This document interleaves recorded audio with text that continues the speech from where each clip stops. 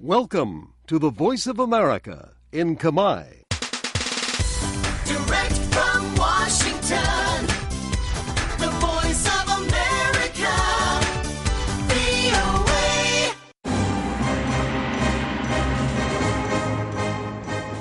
សួស្តីអស់លោកអ្នកស្ដាប់ជាទីមេត្រីថ្ងៃនេះថ្ងៃប្រហ័សទី11ខែធ្នូឆ្នាំ2014ត្រូវនឹងថ្ងៃ5រោចខែមករាឆ្នាំមមីឆស័កពុទ្ធសករាជ2558ខ្ញុំនុចសារីតានិងសហការីក្រុមផ្សាយខេមរៈភាសានៃ VOA សូមស្វាគមន៍អស់លោកអ្នកស្ដាប់ពីរដ្ឋធានី Washington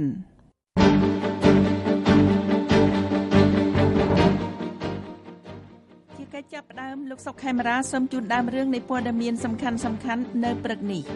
សកម្មជនសិទ្ធិកុមារ2នាក់គឺនាងម៉ាឡាឡានិងលោកសាត់ឆាធីទទួលពានរង្វាន់ Nobel សន្តិភាពហើយបាតកោហុងកុងបដិញ្ញាប្រឆាំងដល់ទីបញ្ចប់មន្ត្រីជាន់ខ្ពស់ប៉ាឡេស្ទីនស្លាប់ក្នុងពេលប៉ះទង្គិចជាមួយយោធាអ៊ីស្រាអែល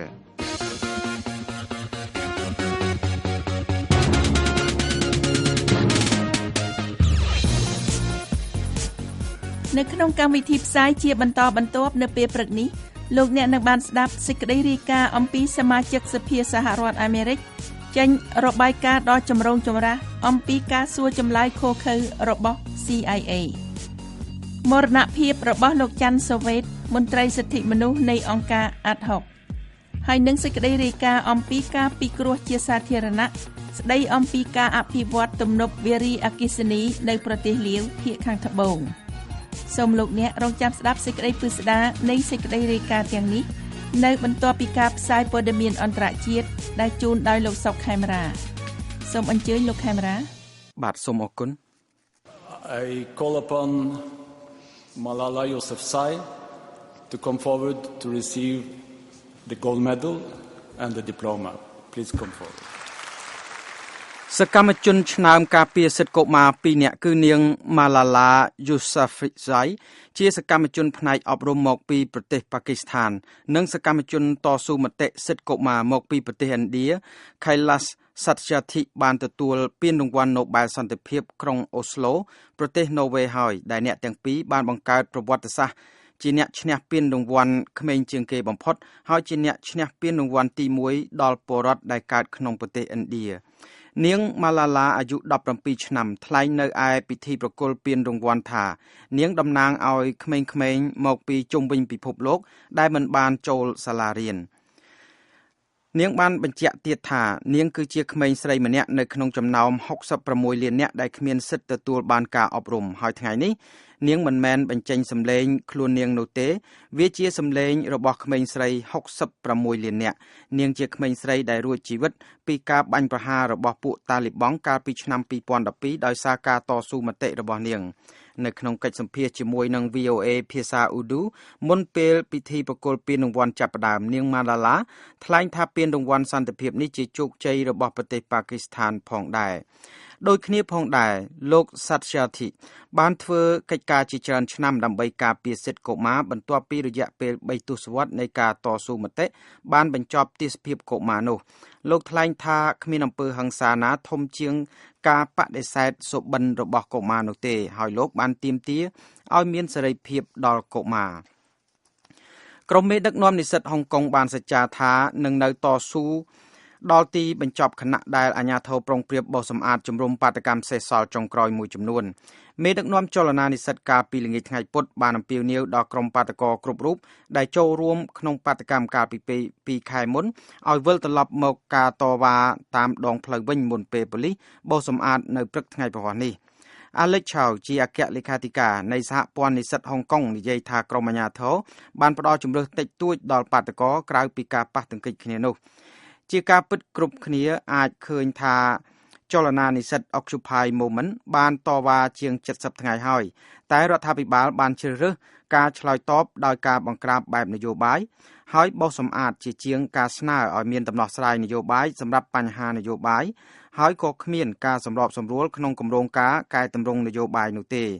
ក្រុមសមាជិកសភាខ្លះថាពួកគេនឹងចូលរួមជាមួយនឹងក្រុមបាតកោដើម្បីជាសញ្ញានៃការរួបរวมសាមគ្គីគ្នា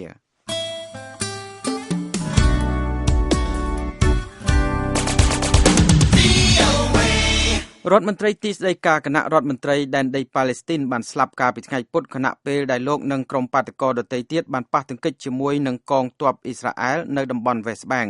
គ្មានការបញ្ជាក់ពិតប្រាកដទេថាតើអ្វីដែលបានធ្វើឲ្យលោករដ្ឋមន្ត្រី Zaad Abuin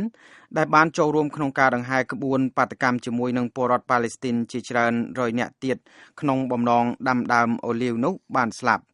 លោកប្រធានាធិបតីប៉ាឡេស្ទីន Mahmoud Abbas បានហៅព្រឹត្តិការណ៍នេះថាជាអំពើហិង្សាអំពើសាហាវយង់ឃ្នងហើយលោកបានសន្យាថានឹងចាត់វិធានការចាំបាច់នានាបន្ទាប់ពីការស៊ើបអង្កេតយោធាអ៊ីស្រាអែលនឹងធ្វើកាសលវិច័យជាមួយនឹងប្រទេសយ៉ូដានីហើយនឹងធ្វើការពិនិត្យសាកសពថាតើអ្វីជាមូលហេតុនៃការស្លាប់នោះប្រធានាធិបតីប្រទេស Zimbabwe គឺលោក Robert Mugabe បានតែងតាំងអនុប្រធានាធិបតីថ្មី2នាក់ជាផ្នែកមួយនៃការធ្វើឲ្យរីកចម្រើនក្នុងគណៈបកគ្រប់គ្រងប្រទេស ZANU-PF រដ្ឋមន្ត្រីក្រសួងយុត្តិធម៌ Emmerson Mnangagwa និងអតីតអ្នកការទូត Phelekezela Phoko ត្រូវបានតែងតាំងជាអនុប្រធានាធិបតីទី1និងអនុប្រធានាធិបតីទី2មួយថ្ងៃបន្ទាប់ពីប្រធានាធិបតីបានបណ្ដេញអនុប្រធានាធិបតី Joy Mujuru ចេញពីមុខតំណែងលោក Mnangagwa ជាអ្នកជិតដិតជាមួយនឹងលោកប្រធានាធិបតី Mugabe តាំងពីសង្គ្រាមទាមទារឯករាជ្យប្រទេស Zimbabwe ក្នុងឆ្នាំ1970ម្លេះ The Voice of America, VOA. ក្រុមអង្គការសិទ្ធិមនុស្សក្នុងប្រទេសម៉ាលីនិយាយថាខ្លួនមានការភ្ញាក់ផ្អើលដែលថាចំណាប់ខ្មាំងបារាំងម្នាក់ក្នុងប្រទេសម៉ាលីត្រូវដោះលែងដែលទំនងជាថ្នូរនឹងការដោះលែងពីគុកចំពោះក្រុមជីវពលរដ្ឋអ៊ីស្លាម4នាក់ Sergla Zarevic បានធ្វើដំណើរទៅដល់ក្រុងប៉ារីសហើយកាលពីថ្ងៃពុធលោកត្រូវគេចាប់ឃុំឃាំងអស់រយៈពេល3ឆ្នាំដោយក្រុមអាល់កៃដាក្នុងតំបន់ Maghreb គ្រប់គ្រងដោយក្រុមជីវពលអ៊ីស្លាមជលនិយមអង្គការសិទ្ធិមនុស្សបានទទូចឲ្យមានការចាប់ខ្លួនមកវិញនៅកងក្រុមជីវពល4នាក់ដែលសង្ស័យថាមានជាប់ពាក់ព័ន្ធទៅនឹងឧក្រិដ្ឋកម្មសង្គ្រាមអ្នកដាក់គ្រាប់បែកអត្តឃាតបានសម្លាប់មនុស្សយ៉ាងតិច4នាក់នៅទីផ្សារមួយនៃក្រុងខាណូជាទីក្រុងធំលំដាប់ទី2របស់ប្រទេសនីសេរីយ៉ា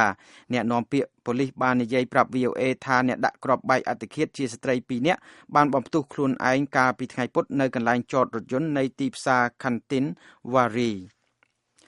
អតីតប្រធានាធិបតីប៉ូឡូញWasilski និយាយថាប្រទេសប៉ូឡូញអនុញ្ញាតឲ្យទីភ្នាក់ងារស៊ើបការសម្ងាត់ CIA គ្រប់គ្រងគុកសម្ងាត់លើទឹកដីរបស់ខ្លួនមែនតែលោកថាប៉ូឡូញមិនអនុញ្ញាតឲ្យមានការប្រើទុកទោសធ្ងន់ធ្ងរឬប្រើទរណកម្មលើជនសង្ស័យជាភេរវករក្នុងគុកនោះទេទីភ្នាក់ងារ CIA គ្រប់គ្រងគុកនៅប៉ូឡូញទំនងជាក្នុងឆ្នាំ2002ដល់ឆ្នាំ2003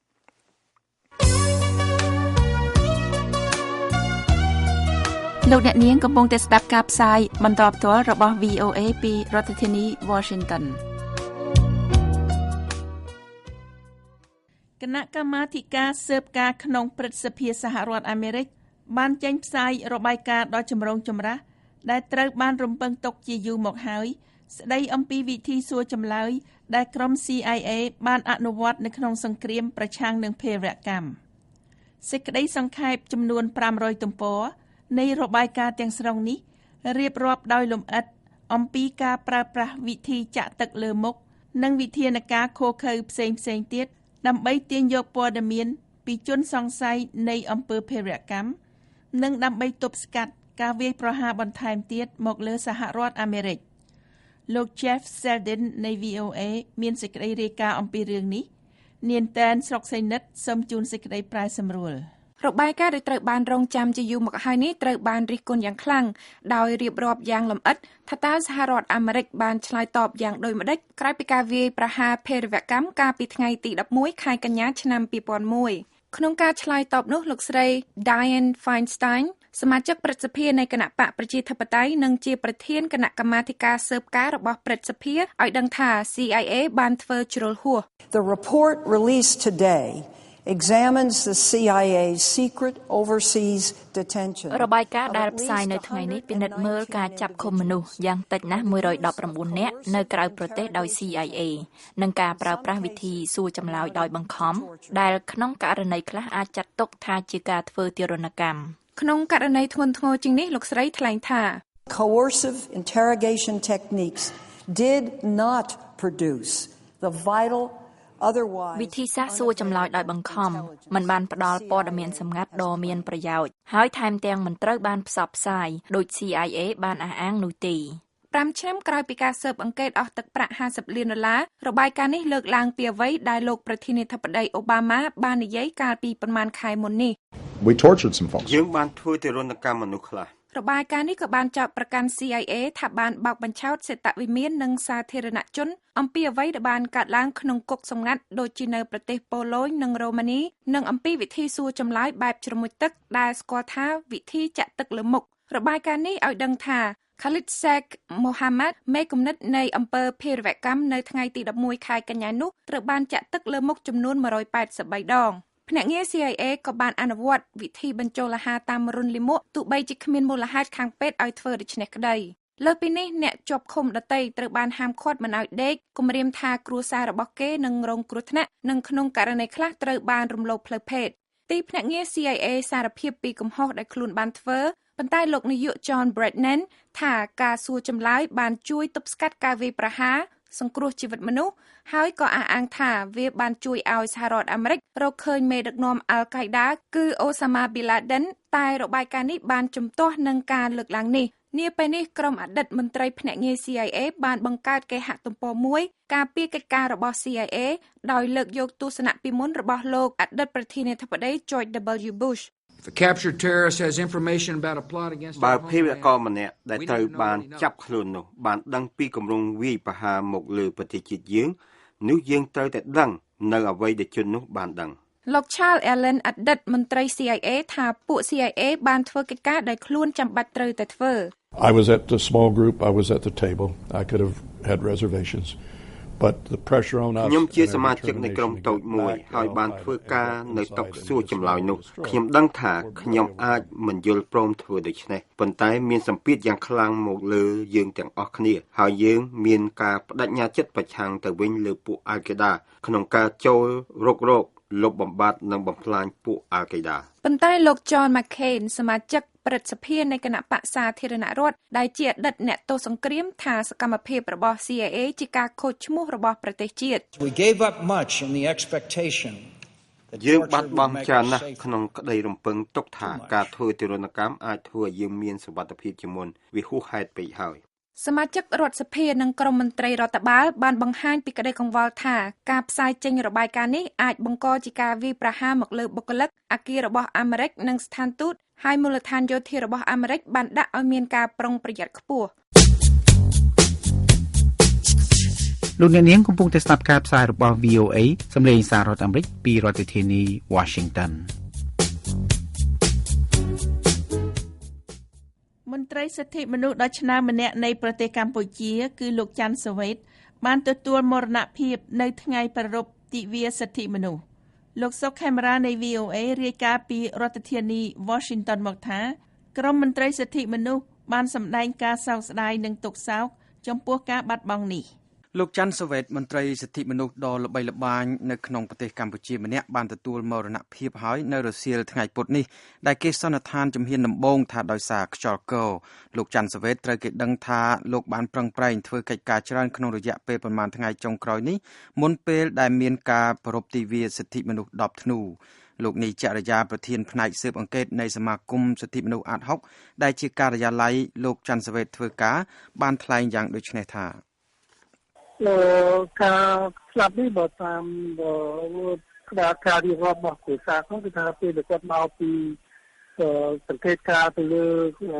ព្រឹត្តិការណ៍រៀបចំ10ឆ្នាំ8គាត់ក៏ថាខ្យល់អីចឹងទៅហើយខ្យល់ទៅគាត់ក៏សម្រាប់ទៅណាហើយពេលដែលគាត់បានខ្លួនហ្នឹងគឺបាត់មកក៏ អនុប្រធានផ្នែកស៊ើបអង្កេតនៃសមាគមសិទ្ធិមនុស្សអាត6គឺលោកច័ន្ទសាវ៉េតអាយុ51ឆ្នាំបានបម្រើកិច្ចការជាអ្នកការពារសិទ្ធិមនុស្សចាប់តាំងពីឆ្នាំ1996ម្លេះដែលលោកនីចរិយាបានចាត់ទុកថាជាមនុស្សសំខាន់ជាមនុស្សមានឧត្តមគតិខ្ពស់លះបង់ខ្ពស់នៅក្នុងការធ្វើកិច្ចការការពារសិទ្ធិមនុស្សដើម្បីជួយដល់ពលរដ្ឋរងគ្រោះជាច្រើននៅទូទាំងប្រទេសលោកចរិយាបានបន្ថែមទៀតថាគាត់មានការលះបង់ខ្ពស់ណាស់សូម្បីតែថ្ងៃរៀបអភិវិធីរបស់គាត់ហើយត្រូវទៅជួយអង្កេតគាត់ទៅមិនបានឈប់សម្រាកទេខ្ញុំជាអ្នកការពារសិទ្ធិមនុស្សខ្ញុំថាយើងមានការសោកស្ដាយធំមែនទែនរឿងបាត់បង់លោកស្រីនេះលោកច័ន្ទសាវ៉េតត្រូវគេដឹងថាលោកធ្លាប់ទទួលរងការគំរាមកំហែងពីលោកនាយករដ្ឋមន្ត្រីហ៊ុនសែននិងការចោទប្រកាន់របស់តុលាការពីបទជួយដល់ក្រុមមួយដែលលោកហ៊ុនសែនចាត់ទុកថាជាក្រុមប៉ុនប៉ងបង្កើតអបគមនិងផ្ដួលរំលំរដ្ឋាភិបាលរបស់លោកក៏ប៉ុន្តែលោកសាវ៉េតធ្លាប់បានបញ្ជាក់ថាពួកគេគឺជាជនរងគ្រោះដោយសារការរំលោភបំពានដីធ្លីនៅខេត្តកោះចេះកាលពីចុងឆ្នាំ2012នោះទេលោកនេះចរិយាបានបន្ថែមសេចក្តីថាក្រមមន្ត្រីសិទ្ធិមនុស្សជាពិសេសសមាគមអាត6របស់លោកកំពុងមានទុក្ខសោកយ៉ាងខ្លាំងដែលបាត់បង់លោកច័ន្ទសាវ៉េតនៅថ្ងៃនេះចំណែកលោកអំសំអាតសកម្មជនសិទ្ធិមនុស្សដ៏សកម្មម្នាក់ទៀតមកពីអង្គការសិទ្ធិមនុស្សលីកាដូបានហៅលោកច័ន្ទសាវ៉េតថាជាដៃគូធ្វើកិច្ចការដ៏ល្អហើយជាការបាត់បង់មនុស្សដែលសំខាន់សម្រាប់វិស័យសិទ្ធិមនុស្សលោកមានវីរភាពនិងស្នាដៃជាច្រើនក្នុងការបំពេញការងារទៅនឹងការការពារសិទ្ធិមនុស្សទោះបីជាមានការគំរាមកំហែងមានការចោទប្រកាន់តាមផ្លូវតុលាការយ៉ាងណាក៏ដោយក៏លោកនៅតែមិនមានការរញរានៅតែជួយទៅដល់ប្រជាពលរដ្ឋដែលរងគ្រោះដោយសារការរំលោភសិទ្ធិមនុស្សការរំលោភដីធ្លីហើយនេះគឺជាធនធានមនុស្សដ៏សំខាន់មួយសម្រាប់ជួយប្រទេសជាតិសម្រាប់ការពារនៅសិទ្ធិសេរីភាពរបស់ពលរដ្ឋ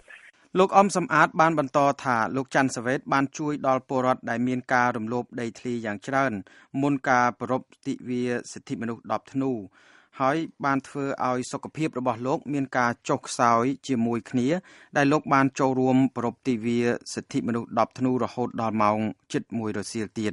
ក្រមមន្ត្រីសិទ្ធិមនុស្សបានអំពាវនាវដល់មិត្តភ័ក្តិនិងអ្នកស្រឡាញ់រាប់អានលោកច័ន្ទសាវ៉េតឲ្យជួយផ្គត់ផ្គង់ថវិកាដល់ក្រុមគ្រួសារដើម្បីរៀបចំពិធីបុណ្យសពលោកអំសំអាតបានអះអាងថាអ្នកការពារសិទ្ធិមនុស្សនៅសល់តែស្នាដៃតែប៉ុណ្ណោះចំណែកលោក Phil Robertson នាយករងអង្គការសិទ្ធិមនុស្ស Human Rights Watch ប្រចាំតំបន់អាស៊ីបានហៅលោកច័ន្ទសាវ៉េតថាជាអ្នកការពារសិទ្ធិមនុស្សនាំមុខដ៏ឆ្នើមហើយបានទុកកេរដំណែលជាគំរូដល់អ្នកជំនាន់ក្រោយយ៉ាងច្រើន he was a very important figure who has worked for years on key issues of human rights លោកគឺជាតួអង្គសំខាន់ដែលធ្វើកិច្ចការសិទ្ធិមនុស្សរាប់ឆ្នាំលើបញ្ហាសិទ្ធិមនុស្សជាច្រើនផ្នែកនៅទូទាំងប្រទេសកម្ពុជាហើយគឺជាមនុស្សសំខាន់ក្នុងការនាំឲ្យក្មេងៗខ្មែរជំនាន់ក្រោយយកចិត្តទុកដាក់អំពីសិទ្ធិមនុស្សនិងស្វាគមន៍សិទ្ធិមនុស្សសពលោកច័ន្ទសាវ៉េតត្រូវគេរាយការណ៍មកថានឹងតម្កល់នៅក្នុងវត្តគុលទទឹងសង្កាត់ព្រៃថ្មីខណ្ឌច្បារអំពៅដើម្បីបូជានៅប៉ុន្មានថ្ងៃខាងមុខទៀតនេះលោកច័ន្ទសាវ៉េតបានស្លាប់ចោលកូន3នាក់របស់លោកហើយបើតាមក្រមមន្ត្រីសិទ្ធិមនុស្សបានឲ្យដឹងថានឹងមានមនុស្សម្នាជាច្រើននឹងទៅចូលរួមមរណទុក្ខសពលោកច័ន្ទសាវ៉េតនៅថ្ងៃប្រហ័សនេះរាយការណ៍ផ្ទាល់ពីរដ្ឋធានី Washington ខ្ញុំសុកខេមរា VOA Direct from Washington The Voice of America VOA គណៈកម្មការទន្លេមេគង្គដែលមានប្រទេស4ជាសមាជិកនៅសប្តាហ៍នេះនឹងធ្វើការពិគ្រោះជាសាធារណៈស្ដីពីការអភិវឌ្ឍទំនប់វារីអគ្គិសនីដ៏ធំមួយនៅក្នុងតំបន់ខាងត្បូងនៃប្រទេសលាវគម្រោងនោះជាទំនប់ទឹកដែលបានគ្រោងឡើងមួយនៃទំនប់ទឹកដែលបានគ្រោងឡើងជាបន្តបន្ទាប់នៅក្នុងជលសីមាទន្លេមេគង្គដែលពួកអ្នកបរិស្ថាននិយាយថាអាចធ្វើឲ្យប៉ះពាល់យ៉ាងខ្លាំងដល់ប្រព័ន្ធអេកូឡូស៊ីសម្រាប់ចិញ្ចឹមជីវិតមនុស្សរាប់លាននាក់នៅក្នុងតំបន់អាស៊ីអាគ្នេយ៍លោក Ron Corbin រាយការណ៍ឲ្យ VOA ពីទីក្រុងបាងកកលោកជឹងពូជីនសូមជូនសេចក្តីប្រែសម្រួល ការពិគ្រោះជាសាធារណៈប្រចាំតំបន់រយៈពេល2ថ្ងៃនៅទីរួមខេត្តប៉ាក់សេនៃខេត្តចម្ប៉ាសាក់នៃប្រទេសលាវលាតសន្ធឹងនៅភាគខាងជើងនៃទំនប់ដនសាហុងដែលមានកម្លាំង260មេហ្គាវ៉ាត់ដែលបានស្នើឡើងដោយមានព្រំដែនជាមួយប្រទេសកម្ពុជានិងប្រទេសថៃការពិគ្រោះនេះដឹកនាំដោយគណៈកម្មាធិការទន្លេមេគង្គអន្តររដ្ឋាភិបាល MRC ជំនួបនោះនឹងនាំអ្នកតំណាងមកពីប្រទេសលាវកម្ពុជានិងវៀតណាមមកជួបជុំគ្នាពួកមន្ត្រី MRC និយាយថាការពិគ្រោះនឹងលើកឡើងនៅបញ្ហាព្រួយកង្វល់ស្ដីពីផលប៉ះពាល់យ៉ាងខ្លាំងពីការស្ថាបនាទំនប់ទឹកនេះទំនប់ទឹកដនសាហុងជាគម្រោងថាមពលវារីអគ្គិសនីទី2ដែលគ្រោងធ្វើឡើងនៅខ្សែទឹកមេនៃទន្លេមេគង្គខាងក្រោមដោយមានការស្ថាបនាទំនប់ទឹកសាយ៉ាប៊ូរីកំពុងសាងសង់ដែលមានតម្លៃ$3,500 លាននៅក្នុងតំបន់ខាងជើងនៃប្រទេសលាវទំនប់នេះបានធ្វើឲ្យមានការជជែកដេញដោលយ៉ាងខ្លាំងគម្រោងវារីអគ្គិសនីបានផ្ដល់ថវិកានិងស្ថាបនាដោយក្រុមហ៊ុនថៃដែលមានប្រទេសថៃជាអ្នកទិញថាមពលអគ្គិសនីដ៏សំខាន់បានធ្វើឲ្យមានការតវ៉ាប្រឆាំងពីសហគមន៍មូលដ្ឋានអ្នកវិទ្យាសាស្ត្រហើយនិងក្រុមបរិស្ថានដែលមានការភ័យខ្លាចពីផលប៉ះពាល់នេះលោកស្រីអេមត្រេនដេមអ្នកនាំពាក្យប្រចាំតំបន់របស់អង្គការទន្លេអន្តរជាតិដែលមានទីតាំងនៅក្នុងសហរដ្ឋអាមេរិកនិយាយថាពួកសកម្មជនមានទំនុកចិត្តតិចតួចថាដំណើរការនៃការពិគ្រោះនេះនឹងមានផលប៉ះពាល់ដល់លទ្ធផលនៃការសម្រេចចិត្តដើម្បីស្ថាបនាទំនប់ទឹកនោះ We have many concerns regarding the legitimacy of the process. យើងមានការព្រួយបារម្ភជាច្រើនចំពោះភាពត្រឹមត្រូវតាមផ្លូវច្បាប់នៃដំណើរការពិគ្រោះនេះវាបញ្ជាក់យ៉ាងច្បាស់ថានេះជាការខំប្រឹងប្រែងដើម្បីប្រថាប់ត្រាដែលបានធ្វើឡើងដោយរដ្ឋាភិបាលលាវដូច្នេះហើយយើងងឿងឆ្ងល់ថាតើចាំបាច់រៀបចំកិច្ចប្រជុំថ្នាក់តំបន់នេះធ្វើអ្វីលោកស្រី Tranden បាននិយាយបន្តទៀតថាការខ្វះទំនុកចិត្តនេះបានកើតមានឡើងបន្ទាប់ពីលាវខកខានមិនបានធ្វើតាមអនុសាសន៍ដែលបានលើកឡើងបន្ទាប់ពីការពិគ្រោះដើម្បីពិនិត្យមើលទំនប់សាយ៉ាបូរីថ្មីបើមានការអំពាវនាវឲ្យពន្យាពេលគម្រោងនោះដើម្បីវាយតម្លៃបានពេញលេញខាងបរិស្ថានហើយនៅមានការរិះគន់ពីអន្តរជាតិនោះសហរដ្ឋអាមេរិកជាដៃគូមួយនៃដៃគូមួយចំនួននៅក្នុងប្រទេសគណៈកម្មាធិការទន្លេមេគង្គ MRC ដែលព្រមានអំពីការអភិវឌ្ឍទំនប់ទឹកសាយ៉ាបូរីពួកអ្នកបរិស្ថាននិយាយថាការស្ថាបនាទំនប់ទឹកដនសាហុងនៅលើល្បាក់ទឹកដ៏សំខាន់នៃទន្លេមេគង្គនឹងមានផលប៉ះពាល់ដោយផ្ទាល់ដល់បម្លាស់ទីត្រីជាពិសេសនៅក្នុងរដូវរាំងស្ងួតហើយនឹងគំរាមដល់ត្រីផ្សោតអេរ៉ាវ៉ាឌីដែលនៅសេសសល់នៅក្នុងប្រព័ន្ធទន្លេនោះមនុស្សរាប់លានអ្នករួមមានអ្នកដែលកំពុងរស់នៅជិតបឹងទន្លេសាបនៃប្រទេសកម្ពុជាពឹងផ្អែកលើហ្វូងត្រីជាប្រភពប្រូតេអ៊ីនការសិក្សាមួយរបស់គណៈកម្មាធិការទន្លេមេគង្គ MRC បានព្រមានថាការស្ថាបនាទំនប់នៅទន្លេមេគង្គខាងក្រោមអាចកាត់បន្ថយហ្វូងត្រីចំនួន300,000 តោនក្នុងមួយឆ្នាំដោយមានការលំបាកយ៉ាងខ្លាំងដល់សហគមន៍នានាលោកស្រី Tradem និយាយបន្ថែមទៀតថាការព្រួយកង្វល់បែបនេះធ្វើឲ្យមានការអំពាវនាវបន្ថែមដើម្បីបញ្ឈប់ការសាងសង់នោះ It's clear that this is a dam that should not be built. The Don Sahong Dam is a វាជាការបញ្ជាក់យ៉ាងច្បាស់ថានេះជាទំនប់ទឹកដែលមិនគួរស្ថាបនាឡើយទំនប់ទឹកដនសាហុងកំពុងលេងល្បែងដ៏សំខាន់មួយជាមួយនឹងអនាគតនៃទន្លេមេគង្គវាស្ថិតនៅក្នុងទីតាំងដែលអាចផ្ដល់ផលអាក្រក់បំផុតមួយដែលមិននឹកស្មានដល់ពីព្រោះវាជាចំណុចដែលជាទីកន្លែងនៃការប្រមូលផ្ដុំដ៏ខ្លាំងនៃការបំលាស់ទីត្រីនៅក្នុងទន្លេដែលកំពុងកើតមានឡើងនេះប្រទេសវៀតណាមបានគៀបសង្កត់ប្រទេសលាវលើបញ្ហាទំនប់ទឹកនេះជាពិសេសផលប៉ះពាល់លើតំបន់ដីសណ្ដទន្លេមេគង្គដ៏សំខាន់ដែលជាជង្រុកស្រូវហើយនឹងជាទីកន្លែងរស់នៅរបស់មនុស្ស20លាននាក់ក្រុមបរិស្ថានក្នុងប្រទេសវៀតណាមដែលធ្វើយុទ្ធនាការម្ដងហើយម្ដងទៀតនិយាយថាការបង្អាក់លំហូរទឹកនឹងប៉ះពាល់ដីប្រកបដោយជីជាតិហើយនាំឲ្យមានទឹកប្រកបដោយជាតិប្រៃយ៉ាងខ្លាំងឡើងមកពីការចូលទឹកសមុទ្រលោក Khorsia ជាអ្នកវិទ្យាសាស្ត្រនយោបាយនៅសាកលវិទ្យាល័យ New South Wales ដែលមានទីតាំងនៅក្នុងប្រទេសអូស្ត្រាលីនិយាយថាការតានតឹងរវាងវៀតណាមនិងលាវក៏ត្រូវគេរំពឹងនឹងកើនឡើងនៅពេលដែលវៀតណាមដាក់ការគៀបសង្កត់មុនពេលគម្រោងនោះចាប់ផ្ដើម It's going to test party-to-party relations between Laos and Vietnam quite severely. វានឹងក្លាយជាការសាកល្បងនៃទំនាក់ទំនងពីគណៈបកកុម្មុយនីសទៅគណៈបកកុម្មុយនីសរវាងលាវនិងវៀតណាមយ៉ាងខ្លាំងហើយក៏ជាពេលវេលាដ៏អាក្រក់មួយដែរសម្រាប់លាវពីព្រោះវៀតណាមនៅមានរយៈពេល1ឆ្នាំទៀតមុនធ្វើសមាជគណៈបកកុម្មុយនីស និងសមាជជាន់ខ្ពស់គណៈបកដើម្បីដោះស្រាយបញ្ហាជាតិនិយមនៅក្នុងប្រទេសវៀតណាមអ្វីទាំងអស់ដែលពួកគេធ្វើគឺដើម្បីជីវភាពរស់នៅរបស់កសិករនៅក្នុងតំបន់ដីសណ្ដទន្លេមេគង្គដែលបានរងផលប៉ះពាល់វៀតណាមនឹងធ្វើការពិគ្រោះថ្នាក់ជាតិលើគម្រោងទំនប់ទឹកនេះនៅពេលក្រោយនៅខែមករាគណៈកម្មាធិការរួមគ្នាមួយដែលមានរដ្ឋាភិបាល4នឹងជួបគ្នាហើយត្រូវគេរំពឹងនឹងចេញសេចក្តីថ្លែងការណ៍ផ្លូវការមួយប្រឆាំងនឹងគម្រោងទំនប់ទឹកនេះ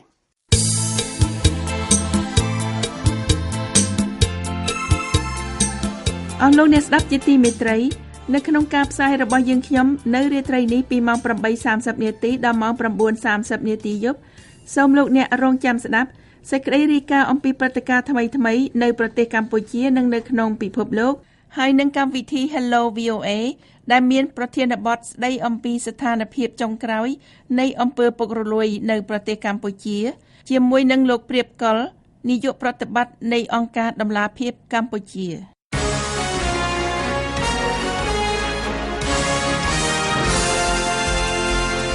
លំដាប់តទៅនេះលោកសុកខេមរាសូមជូនព័ត៌មានអន្តរជាតិសង្ខេបសូមអញ្ជើញលោកខេមរាបាទសូមអរគុណអ្នកស្រីនុចសាតាប្រទេសឥណ្ឌូនេស៊ីនិយាយថាគោលនយោបាយពន្លិចទូកនេសាទខុសច្បាប់បានទទួលជោគជ័យរយៈពេលកន្លងមកលោកប្រធានាធិបតីឥណ្ឌូនេស៊ីជូកូវីដូដូថ្លែងការពីថ្ងៃពុធថាបញ្ហានេះធ្វើឲ្យខាតបង់ថវិកាប្រទេសយ៉ាងច្រើនឥណ្ឌូនេស៊ីបានចាប់ទូកនិងពន្លិចទូកយ៉ាងតិច3មកពីប្រទេសវៀតណាមមានទូកមកពីប្រទេសចិនចំនួន22ដែរក៏ប៉ុន្តែគេមិនដឹងថាតើអាជ្ញាធរនឹងពន្លិចឬក៏យ៉ាងណាទេជប៉ុនបានអំពាវនាវឲ្យកូរ៉េខាងជើងផ្ដល់ព័ត៌មានអំពីការស៊ើបអង្កេតទាក់ទងទៅនឹងជោគវាសនានៃពលរដ្ឋជប៉ុនជាច្រើនដែលត្រូវចាប់ខ្លួនដោយក្រុងព្យុងយ៉ាងជាច្រើនទសវត្សរ៍មកហើយនោះរដ្ឋមន្ត្រីទីស្តីការគណៈរដ្ឋមន្ត្រីដែនដីប៉ាឡេស្ទីនគឺលោក Zaad Abu Enបានស្លាប់កាលពីថ្ងៃពុធខណៈពេលដែលលោកនិងក្រុមបាតកោដទៃទៀតបានប៉ះទង្គិចជាមួយនឹងប៉ូលីសការពារព្រំដែននៅក្នុងប្រទេសអ៊ីស្រាអែលនៅតំបន់ West Bank អំពើហិង្សាកើតឡើងនៅពេលដែលលោករដ្ឋមន្ត្រីជាអ្នកទទួលខុសត្រូវក្នុងការដោះស្រាយការតាំងទីលំនៅលោកស្ថិតនៅតាមដងផ្លូវជាមួយនឹងពលរដ្ឋប៉ាឡេស្ទីនផ្សេងទៀតដើម្បីទៅដាំដើមអូលីវទប់ស្កាត់ការសាងសង់សំណង់របស់អ៊ីស្រាអែលទីភ្នាក់ងារព័ត៌មាន AP រាយការណ៍មកថាតម្លៃប្រេងធ្លាក់ចុះបន្ថែមទៀតកាលពីថ្ងៃពុធដែលជាការធ្លាក់ចុះខ្លាំងជាងគេក្នុងរយៈពេល5ឆ្នាំចុងក្រោយដំណើរគ្នាដែលមានការបង្ហាញពីការផ្គត់ផ្គង់ប្រេងពីអន្តរជាតិចូលជន់លើសពីតម្រូវការខ្លាំងពេកតម្លៃប្រេងឆៅសហរដ្ឋអាមេរិកបានធ្លាក់ចុះ 4% កាលពីថ្ងៃពុធមកដល់ត្រឹម61កណ្ដកសញ្ញា$23ក្នុងមួយធុងតម្លៃនេះធ្លាក់ចុះមិនធ្លាប់មានតាំងពីខែកក្កដាឆ្នាំ2009ឆ្នាំ2000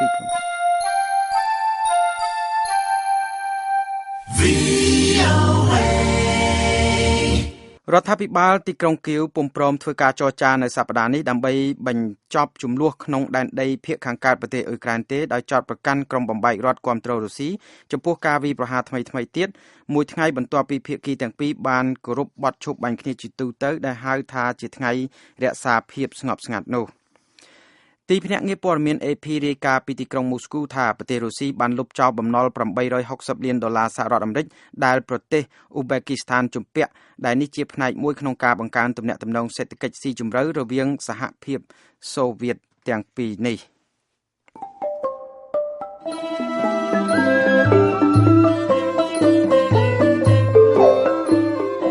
កម្មវិធីផ្សាយរបស់ VOA សំឡេងសហរដ្ឋអាមេរិកនៅព្រឹកនេះចប់តែប៉ុណ្ណេះសូមលោកអ្នករងចាំស្ដាប់ការផ្សាយរបស់យើងខ្ញុំនៅរាត្រីនេះពីម៉ោង 8:30 នាទីដល់ម៉ោង 9:30 នាទីយប់តាមរលកវិទ្យុកម្ពស់25